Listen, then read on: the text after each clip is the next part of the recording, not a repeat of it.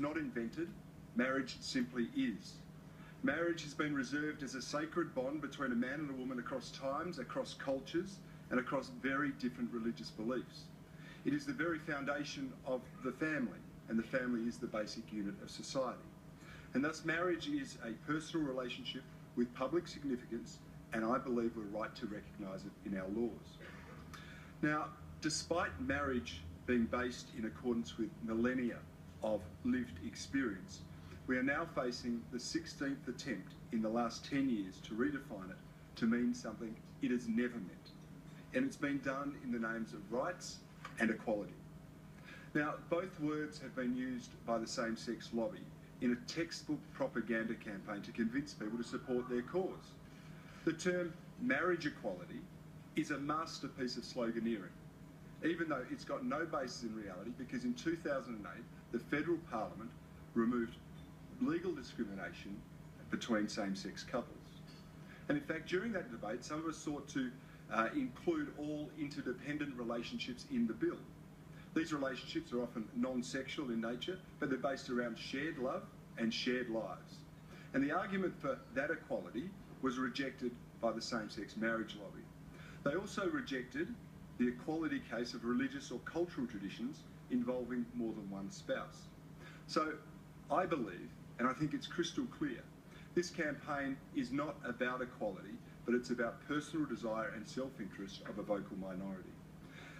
In the last census, there were 33,714 same-sex couples that chose to disclose their relationships.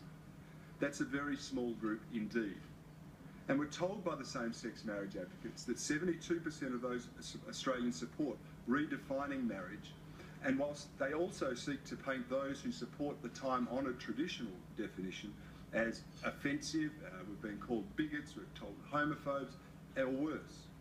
And on the name-calling, once again, is simply another well-known propaganda technique designed to silence an alternative voice.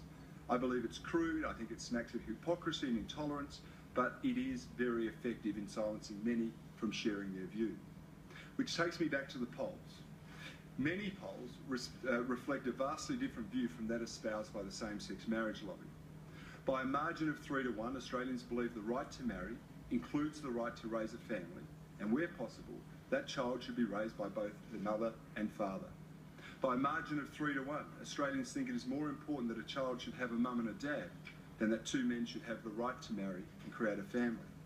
And when surveyed, 90% of mothers have agreed that a mother's love for a child could not be replaced. And yet, despite these results, the campaign to change the very nature of marriage and families, in effect denying the rights of children to have the opportunity to have a mum and a dad, is being pursued relentlessly. And it's all been done in the name of rights. And I know it's going to be maybe unpopular in this room, and it might be called quaint and old-fashioned, but where I come from, it is children who have rights, and it is adults who have responsibilities. But that very concept is being turned on its head by the advocates for this cause.